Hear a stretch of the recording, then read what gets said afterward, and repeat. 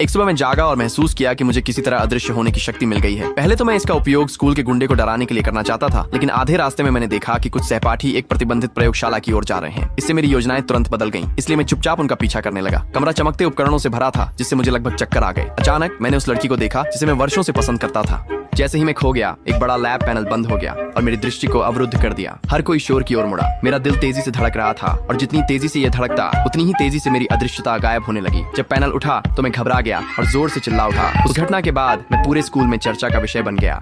हर कोई सोचता था कि मैं किसी तरह का अजीब हूँ। कुछ ने तो मुझ पर नोट्स भी फेंके। मुझे अजीब कहो, भावनात्मक तनाव ने मेरी अदृश्यता को फिर से सक्रिय कर दिया। मैंने जल्दी से अपने हाथों को अपनी आस्तीन में छिपा लिया।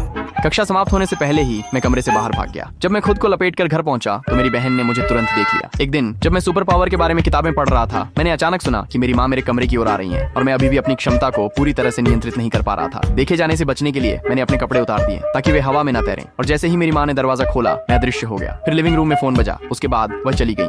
मैं वहाँ खड़ा सोचता रहा और अंत में उसे सच बताने का फैसला किया। लेकिन इससे पहले कि मैं कुछ कह पाता, मैंने कुछ चौंकाने वाली बात सुनी। मैं उसका जैविक बच्चा नहीं था। मैं इसे स्वीकार नहीं कर सका, इसलिए मैं खुद को शांत करने के लिए समुद्र तट पर चला